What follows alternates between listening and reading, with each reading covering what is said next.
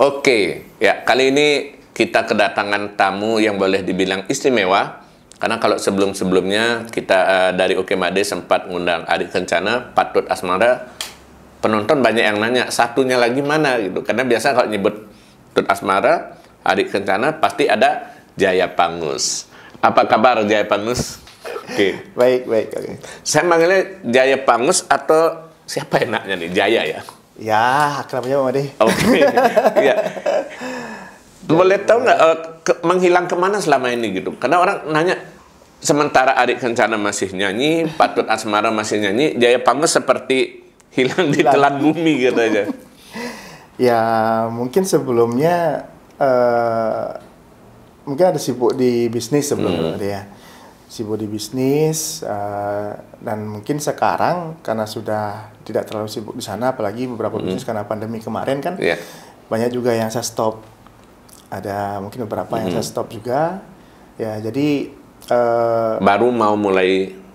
Ya, untuk di musik pop Bali mungkin baru mulai lagi. Mungkin sudah beberapa ini sih sudah saya siapkan untuk. Artinya berapa lama itu berarti off ya?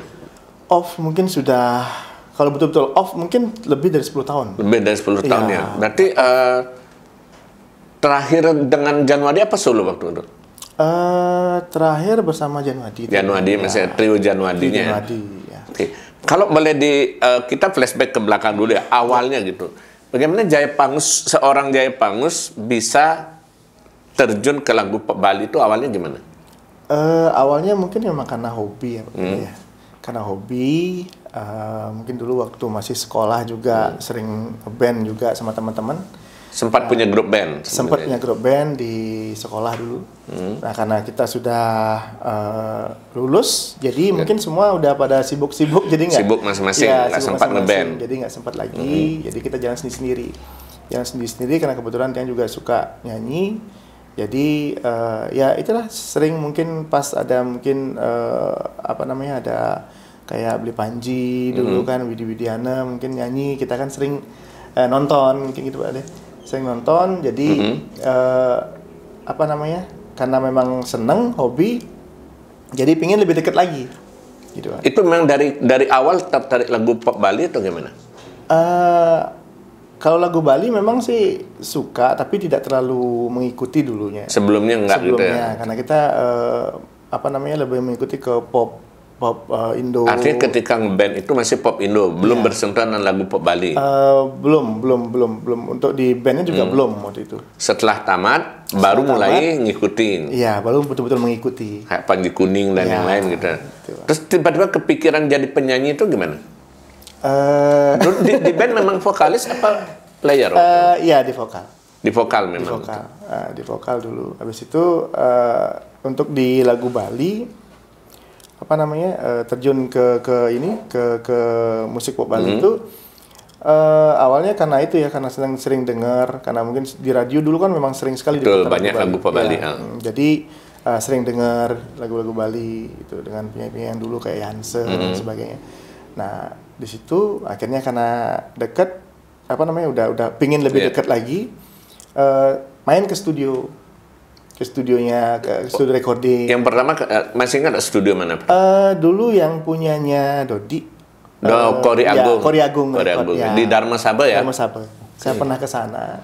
Jadi datang ke situ. Mungkin dulu juga sempat rencana di situ mau dibuatkan kolaborasi. Artinya awalnya main-main aja dulu ke studio, pingin ketemu dan penyanyi gitu ya? Seperti itu.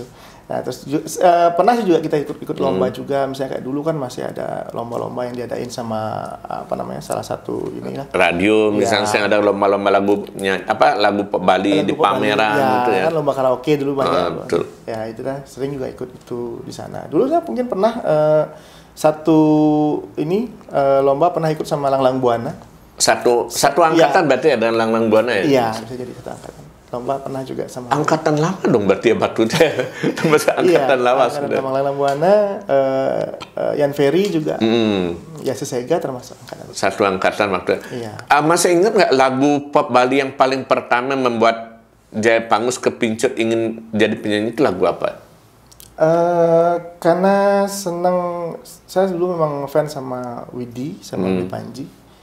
Jadi lagunya kayak Sesapi Putih, terus juga lagunya Bli Panji dulu yang lagu-lagu lama kayak lagunya Susu Kewalas Tube kayak gitu-gitu. Nah, jadi dari situ berkeinginan, bisa nggak saya seperti beliau? Mereka sebagai penyanyi itu kita. Iya. Dan waktu itu di Kori Agung tuh sudah sempat rekaman ya, kolaborasi? Belum sempat rekaman, tapi rencana aja, rencana dulu. Nah mungkin karena suatu dan lain hal, jadi untuk kolaborasinya mungkin nggak jadi, atau mungkin waktu itu belum jadi dibuat. Saran dari Dodi waktu itu diminta saya untuk datang ke Blitut Panji. Oh. Berarti saran dari Dodi. Dodi datang ke Blitut. Sedangkan waktu itu saya kan nggak tahu alamatnya di mana. Coba nanya ke di Panji gitu, disuruh ya waktu itu ya. Iya, artinya disuruh sering main ke situ lah, sama Dodi. Main aja ke sana karena kebetulan dulu adiknya Bli Panji, Once. Iya, kan dulu Once di Kori Agung. Raswati. Kan dulu di Kori Agung. Betul. Ya, jadi disuruh main ke situ gitu. Nah, kebetulan waktu itu saya nggak tahu alamat, tapi karena keinginan yang mungkin keras ya waktu itu, ingin tahu, ingin dekat, dan juga ingin seperti beliau Bli Panji juga ya. Jadi saya datang ke situ, yang tahu cuman saya legian gitu aja. Tapi legian mananya? Legian Linggas saja. Iya, itu udah nggak tahu. Jadi waktu itu ya udah nekat aja ke situ. Nah, kebetulan nanti di sana kita tanya lah, di situ pasti ada semua orang ada aja yang tahu kan ya.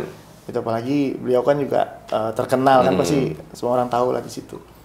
Nah, akhirnya waktu itu saya datang ke Legian, kebetulan ada Arsop di sana. Jadi pas kebetulan saya nanya pas di depan gang menuju rumah beliau. Rumahnya pas sekali berarti ya. Pas sekali saya nanya di situ, disuruh ini gangnya di depan gitu. Jadi saya ke sana. Itu perjuangan awal lagu pop Bali gitu ya, menemukan Panji Kuning dulu ya gitu. Iya, jadi di situ makanya saya anggap di Panji itu juga banyak ngasih bukakan jalan gitu ya. Bukakan jalan, artinya memberikan juga saya nasihat-nasihat juga banyak di situ. Terus juga dalam hal menciptakan lagu pun juga banyak juga bimbingan dari beliau. Awalnya ketemu Panji Kuning itu yang terjadi adalah apakah Jaya Pangus dites dulu, dibuatkan lagu, atau hanya diskusi aja? Awalnya ketemu diskusi aja, karena juga saya juga karena pertama kali ketemu kan, otomatis kan pasti bangga sekali bisa ketemu sama beliau. Yang awalnya biasanya lihat di TV ini, biasanya itu tumben ketemu secara langsung kan pasti senang sekali. Bahkan malah dapat ilmu jadinya diajarin cara bikin lagu gitu ya. Iya, jadi kadang beliau kan sering main gitar kan biasanya dulu. Jadi main gitar, dengar beliau nyanyi pakai gitar di rumahnya. Ya, disitulah keinginan untuk membuat suatu karya lagu. Gitu. Jadi di situ. Berarti keinginan awalnya itu bukan hanya menyanyi tapi sekaligus menciptakan sendiri. Dari melihat beliau nyanyi itu. Iya, menyanyi, membawa gitar. Jadi otomatis apalagi dengan banyak lagu yang beliau ciptakan sendiri. Jadi di situ keinginan juga untuk membuat suatu karya lagu. Gitu. Asahnya bisa gitu pikiran waktu itu ya.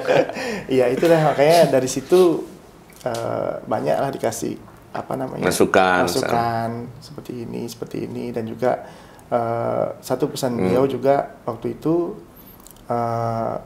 Beliau bilang sama saya, jadilah diri sendiri. Jadi buatlah karakter sendiri, jangan meniru karakter yang lain.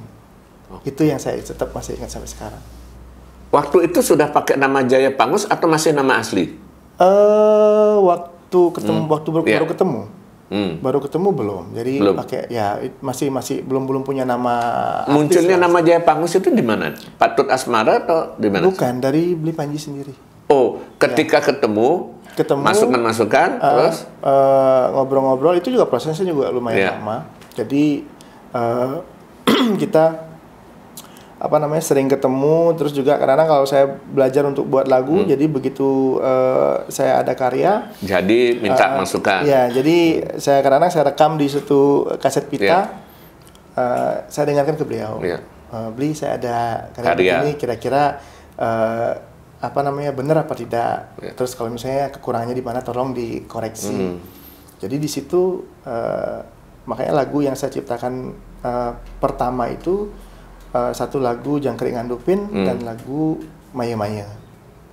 Itu yang pertama. Itu yang pertama kali saya buat. Dan itu yang direkam juga pertama Dan kali. itu yang pertama kali direkam, kebetulan juga atas apa namanya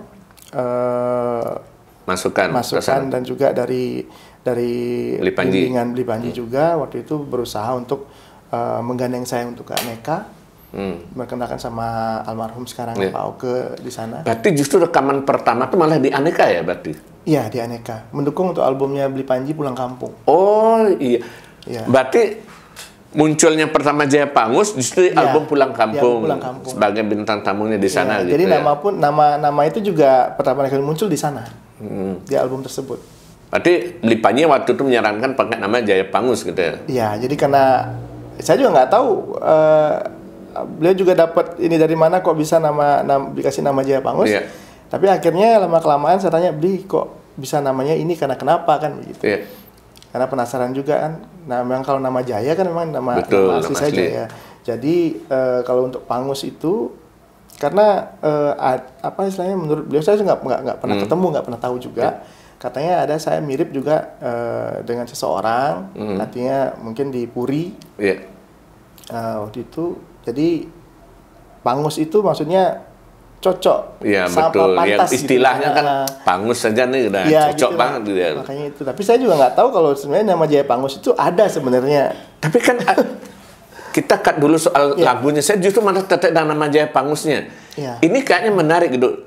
Nama Jaya Pangus. Nah, mungkin pernah dengar sejarah Kang Cingwi dengan Jaya Pangus. Ternyata Jaya Pangus malah punya istri pasangan keturunan Chinese ya? Keturunan Chinese nih. Apa itu kebetulan atau gimana jadinya? Sama seperti sejarahnya Kang Cingwi di Pura Dalam Balingkang kan? Betul, saya juga kurang tahu. Jadi apapun perjalanan itu mungkin juga apa ya? Mungkin sudah jalannya begitu ya. Jadi untuk di nama tersendiri saya awalnya nggak tahu kalau nama itu ada nama tokoh. Ya, nama tokoh. Salah satu tokoh memang tokoh penting juga di Bali. Nah, saya nggak tahu awalnya saya pertama kali saya kaget. Saya lihat ada nama jalan Sri Jaya Pangus. Saya kaget begitu baca nama jalan tersebut. Kok bisa ada nama jalan ini? Akhirnya mencari tahu. Iya, akhirnya mencari tahu. Saya nggak tahu asal usulnya, artinya apa namanya istilahnya nama itu. Kok bisa ada nama itu sebenarnya? Jadi dari situ saya coba cari-cari, ternyata ketemu. Akhirnya ya Jaya Pangus itu sejarah sebenarnya. Ya, betul. Jadi dari situ juga saya merasa, waduh ini kayaknya kok saya ini sekali kalau bawa nama ini kan gitu. Merasa berat malah sebenarnya. Iya berat sekali. Artinya sempat merasa beban waktu itu. Setelah tahu mungkin saya juga sedikit beban juga waktu itu. Kok kayaknya apa saya ini apa namanya cocok nggak, pantas nggak dengan saya menyandang nama ini. Sedangkan beliau itu bukan orang sembarangan. Gitu istilahnya. Nah itu dah. Jadi dari situ sempat makanya dulu kepikiran sempat mau ngubah nama waktu itu lagi. Nah jadi kalau waktu itu sebenarnya kalau ngerubah saya nggak mungkin akan merubah karena itu sudah akan melekat. Ya udah populer. Ya udah apa namanya udah populer dan melekat juga di saya. Nah terus waktu itu saya hanya berkeinginan untuk memunculkan nama asli. Gitu. Sempat pakai nama asli. Jaya Saputra sempat waktu itu. Ada rekaman di mana waktu itu? Kalau rekaman di kaset sih kayaknya tidak, tapi cuma di publik sempat pakai nama Jaya Saputra. Sempat, karena di panggung itu juga sempat, karena dipanggil bukan dipanggil Jaya Pangus tapi Jaya Saputra. Jaya Saputra sempat begitu kemarin. Tapi itu tidak bisa merubah itu juga. Orang udah tahunya Jaya Pangus kan gitu ya. Jadi akhirnya ya tetap sampai sekarang saya pakai itu aja. Kalau boleh tahu ini kita lanjutkan dulu soal kisah Jaya Pangus. Nah, nama istri siapa? Kalau nama Chinese-nya Chen Chen. Chen Chen. Ya. Nah ini kan ya kalau dulu ada riwayat si Jaya Pangus dengan Kang Cingwi, ini Jaya Pangus dengan Chen Chen. Ketemunya di mana itu? Gimana ceritanya? Kalau ketemu kebetulan gini, karena dulu kan ulang tahunnya Bali TV. Iya. Ya. Kita kan biasanya dulu Trio Januari pasti ngisi acara ulang tahun Bali TV. Nah kebetulan waktu itu tempatnya di Bajer Sandi, ulang tahunnya pada saat itu. Jadi mungkin sebelumnya dia juga sering dengar radio, sering dengar radio dan sering juga lihat video klip. Jadi di situ dia tahu saya. Terus juga jadi penggemar juga di sana. Walaupun dia nggak tahu arti lagunya. Ya, arti apa? Maksudnya bahasa yang digunakan dalam lagu. Bukan orang Tionghoa dari Bali ya? Bukan. Bukan dari mana asli? Sumatera. Dari Sumatera. Bagan Siapi-api. Oh, Bagan Siapi-api. Oke.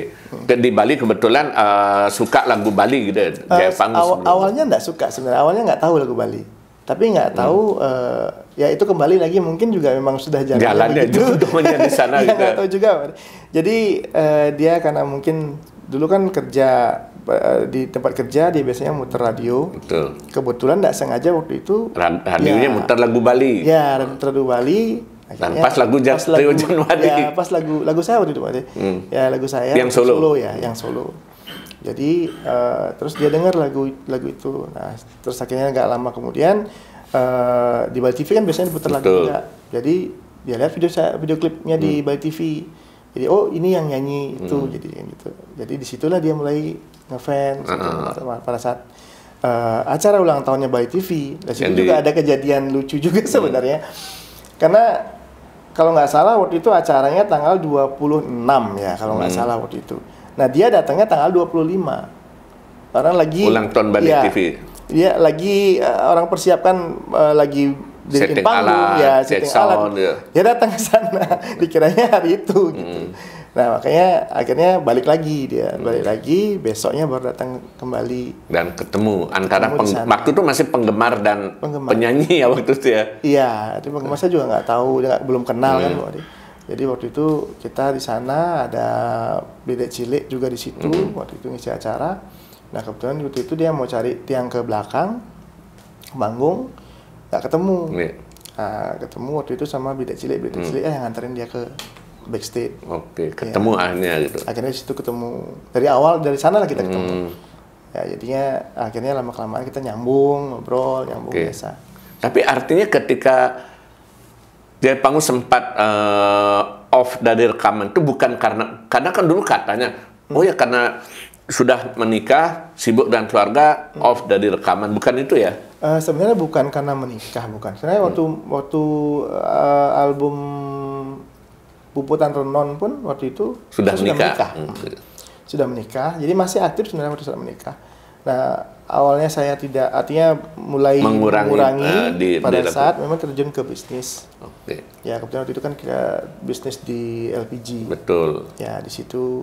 Artinya, membutuhkan konsentrasi kan gitu ya. Di situ ya akhirnya mengurangi akhirnya lama-kelamaan vakum jadinya gitu. Nah, baru sekarang kita balik lagi. Setelah Jangkrik Ngandupin gitu yang di Pulang Kampung itu. Ada di Aneka sempat berapa kali rekaman waktu itu? 2 kali bersama Di Antoni juga. Di Antoni yang di album Angin Segar apa? Boyo Jeromeo. Boyo Jeromeo yang satu lagi. Barengan sama kalau nggak salah sama Sesega waktu itu ya. Boyo Jeromeo kayaknya. Oke. Nah, setelah itu 2 kali rekaman di situ. Rencana mau dibuatkan album solo. Belum solo, artinya album duet sama Dwi Negari rencananya itu. Nah karena mungkin waktu itu karena kita kan juga nggak kontrak sih di Aneka. Rencana mau dibuatkan album duet sama Dwi Negari waktu itu. Jadi sambil menyiapkan project juga pada saat itu. Karena di sana kan waktu itu artisnya ngantri kan. Iya. Untuk di Aneka tuh ngantri banyak sekali. Dan tidak mudah kan waktu itu ya. Ngantri lama sekali waktu itu. Nah terus akhirnya karena masih jauh jaraknya waktu itu. Ada memang udah sempat dikasih peluang, cuma kira-kira masih agak lama. Masih jauh sekali. Masih karena masih banyak yang belum keluar. Ya gitu. Belum keluar waktu itu, belum rampung juga banyak. Nah akhirnya pada saat itu Patra Asmara melalui De Arta waktu itu sempat kontak saya. Gitu. Kebetulan saya kenal sama De Arta kan waktu di tempatnya BD Antoni. Betul. Karena beliau juga arranger. Yang arranger ya. Ya. Jadi dikontak sama Bli De Arta waktu itu, disuruh main ke studio. Janwadi. Ya, artinya dipanggil sama Pak Tut Asmara, katanya disuruh main ke studio gitu. Ya akhirnya saya datang ke sana, disitulah artinya kita ngobrol-ngobrol, awalnya di sana sama bertiga sama De Arta juga, sama Pak Tut Asmara juga. Disitulah mulai akhirnya ada penawaran dari Pak Tut Asmara. Ya, penawaran waktu itu, gimana rencana mau dibuatkan album di sini, bagaimana? Masih solo waktu itu awalnya ya? Solo. Rencana penawaran itu memang pembuatan album solo. Iya. Nah, jadi waktu itu saya nggak berani memutuskan juga pada saat itu. Artinya bilang iya juga belum berani. Menolak juga enggak. Ya, menolak juga enggak karena ya kalau saya bilang iya, tapi saya kan istilahnya karena ada Bli Panji yang udah ngantor ke Aneka merasa nggak enak ya. Ya, saya juga kan merasa kan nggak mungkin saya tanpa izin beliau juga gitu.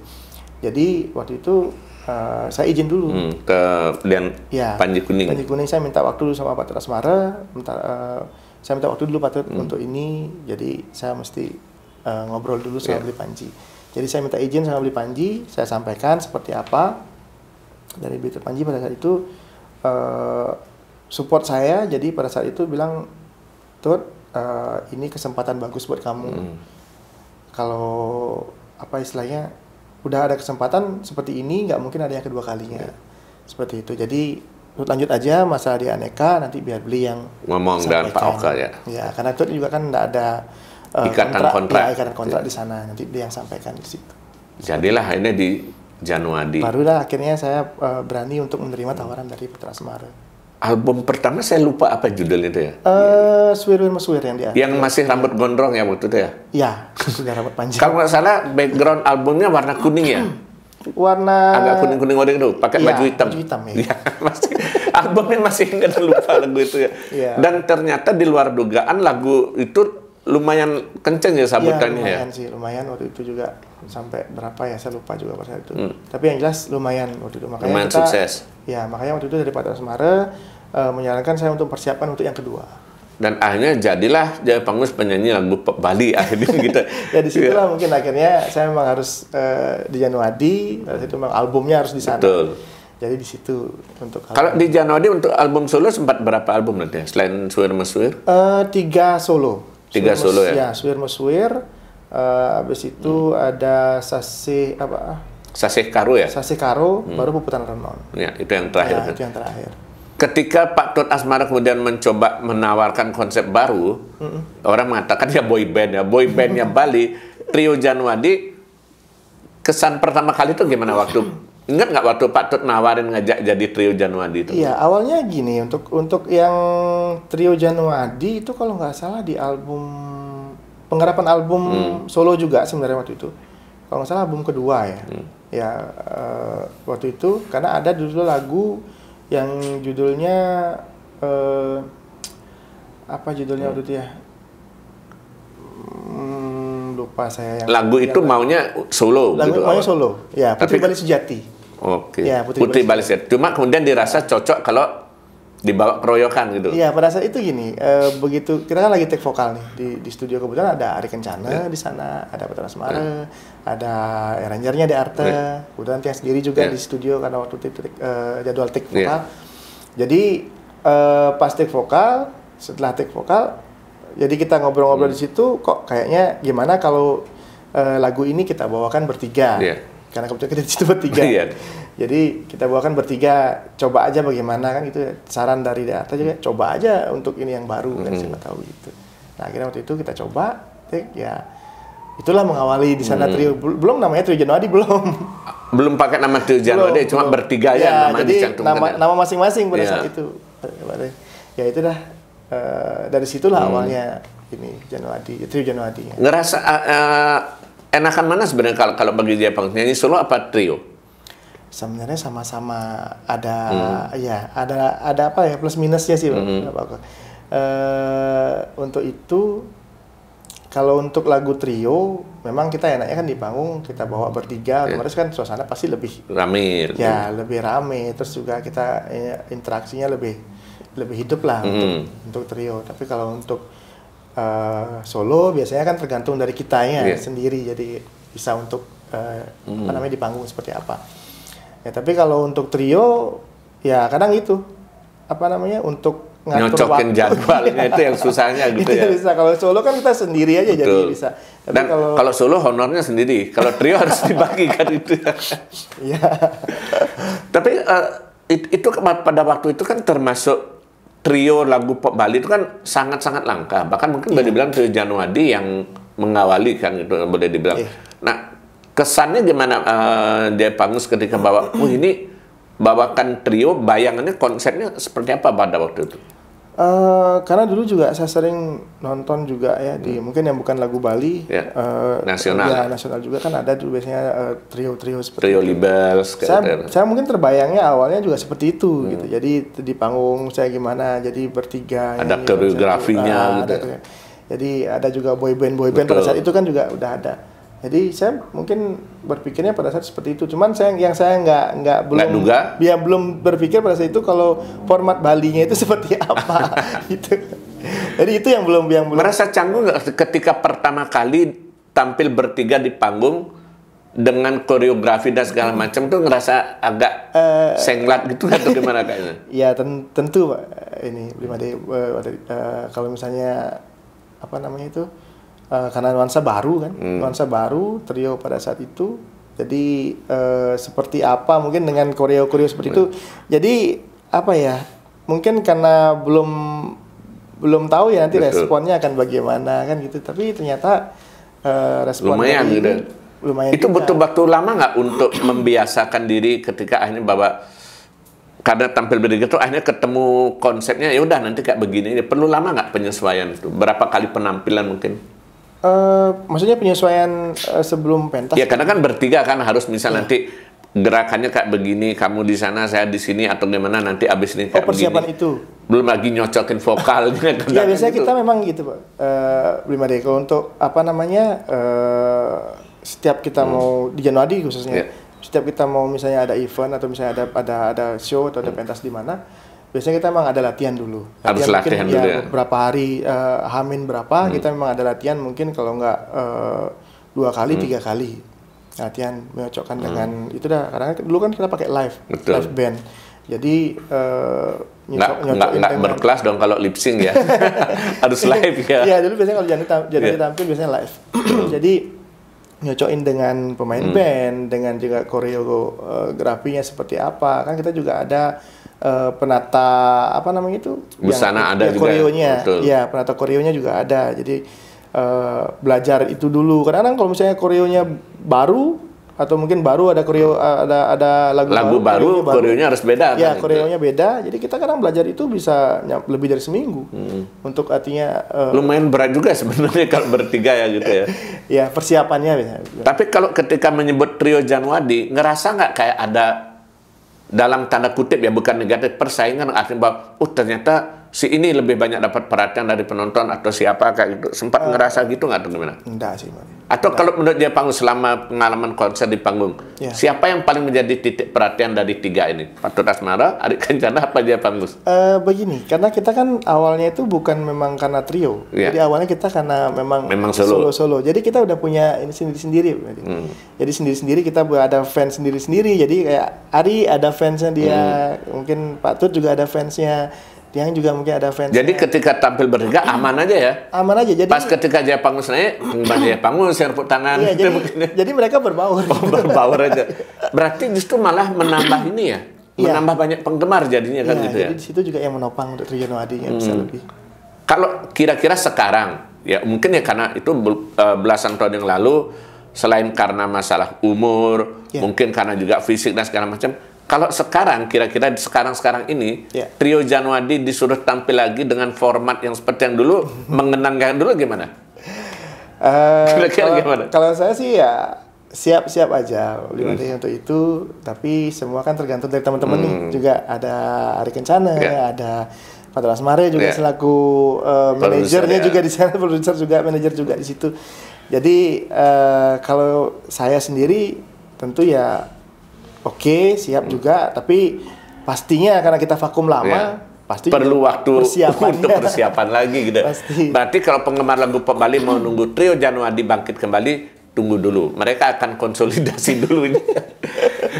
Tapi gini, ya Pak Mus, kalau dari sekian lama menjadi penyanyi itu, penyanyi solo maupun trio, ngerasa nggak kesan sebagai seorang public figure atau artis atau gimana? Karena kan apalagi Trijan Wadi lumayan kencang diomong di mana-mana. Jaya Pangus juga iya. Yang jadi apa ya, Bu? Ngerasa nggak bahwa, wih ini artis loh, populer kayak gitu bisa sebab public figure? Bagi saya sih sebenarnya mungkin di awal-awal saya juga merasa apa ya, mungkin ada perbedaan ya, maksudnya dari yang sebelum kita jadi penyanyi dengan jadi penyanyi kayak misalnya kita mau kemana seperti itu, kayak ke mall misalnya kemana kan jadi pusat perhatian lah di sana.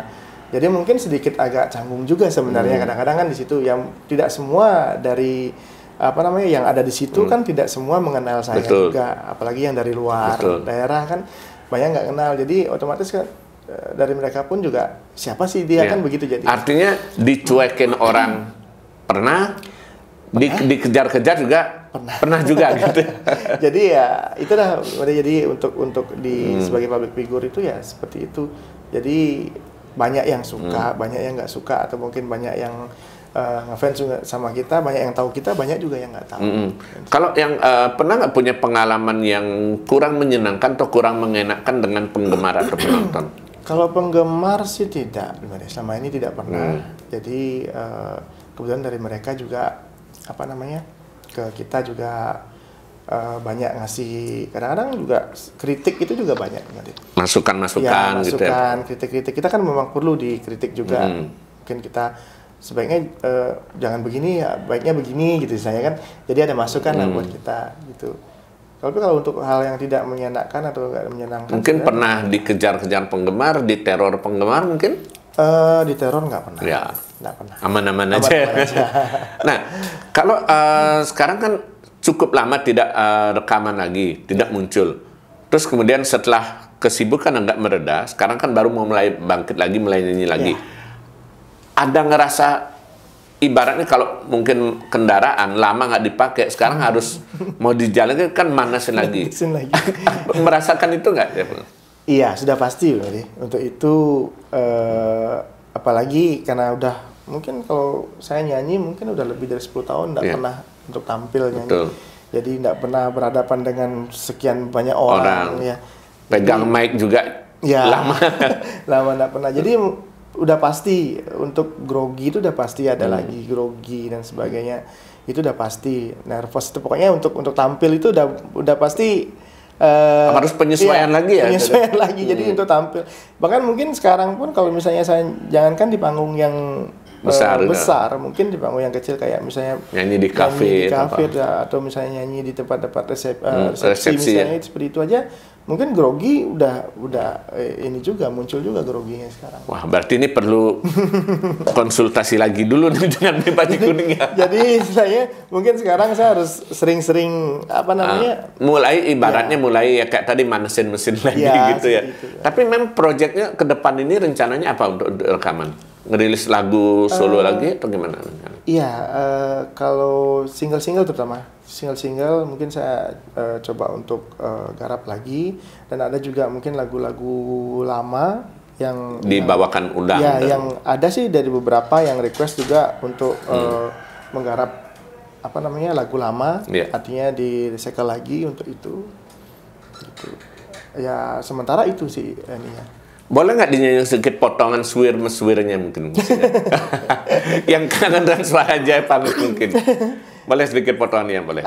Ya, swir-meswir dari mana Pak? Boleh yang mana aja. Suwir-wir-meswir kedise menguci disisin tukade angine kesir-kesir ngampehang sehasemilu metembang nyiburang hati ni sedang kasmaran aja ilo tunangan tiang. Wah, itu khas ya lagu Bali era awal-awal 2000 ya seperti itu, stylenya seperti gitu ya. Nah, kembali kalau sekarang ke keluarga, dukungan dari istri terhadap karir di musik gimana mungkin? Kalau dukungan dari istri memang dukung sepenuhnya sebenarnya. dukung sepenuhnya untuk itu, karena kemarin kan kenapa saya vakum bukan karena istri sebenarnya sih. Orang kan nggak tahu dikira jadi Jaya Pangus mau nganten ya swot jadi penyanyi gitu katanya. bukan karena istri, jadi karena tuntutan apa istilahnya, mungkin ekonomi ya. Ekonomi dan fokus ke pekerjaan. Fokus ke pekerjaan. Jadi pada saat itu saya fokusnya memang untuk, karena udah berkeluarga, otomatis kan saya harus fokus dulu untuk memulai suatu bisnis, memang nanti untuk masa depan ya, betul. Untuk menopang keluarga nanti juga gitu. Jadi di situ mungkin saya fokusnya ke sana. Nah, kalau dari istri tetap masih support untuk itu juga, apalagi sekarang saya sudah mulai untuk kesibukan mulai mereda. Ya, mulai mereda untuk di bisnis juga, karena sudah mungkin ada beberapa bisnis yang mungkin saya sudah serahkan kepada anak buah. Ada yang saya serahkan ke istri juga untuk pengelolaan, terutama di restonya kan saya juga sudah serahkan ke istri juga untuk pengelolaannya. Jadi sekarang saya bisa fokus untuk di ini. Nyanyi. Ya, jadi untuk itu istri juga sudah dukung sepenuhnya, support. Tentu minta izin dulu ya, boleh nggak nyanyi lagi gitu ya. Kalau izin mah sudah dari dulu, sudah ada izin. Dari dulu emang didukung gitu ya. Nah, yang terakhir, harapan dari Jaya Pangus sendiri terhadap lagu pop Bali ke depan ini seperti apa? Karena saya yakin walaupun tidak menyanyi, pasti tetap mengikuti perkembangan lagu pop Bali sekarang ini.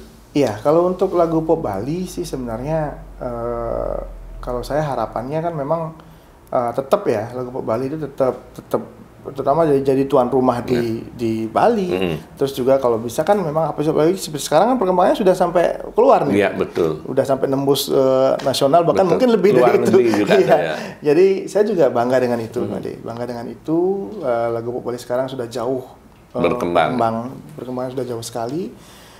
Jadi itu juga satu hal, jadi satu PR juga buat saya juga. Jadi otomatis saya karena baru lagi kembali harus menyesuaikan diri lagi mengikuti apa yang sudah dan menjadi lebih baik lagi ya, kan gitu ya. Oke. Ya, demikian tadi obrolan menarik dengan Jaya Saputra. Kalau saya lebih kenalnya dengan nama Jaya Pangus, dan kita tunggu janjinya tadi bahwa ada peluang trio Janwadi akan muncul lagi. Semoga Patut Asmara dan Adik Kencana nonton rekaman ini, dan kita tunggu trio Janwadi akan kembali mengguncang lagu pop Bali gitu ya. Oke, terima kasih Jaya Pangus atas waktunya. Semoga nanti bisa kita saksikan lagi kebangkitannya dan pemunculannya kembali. Dan tetap kita akhiri obrolan seperti biasa. Salam secangkir kopi hangat.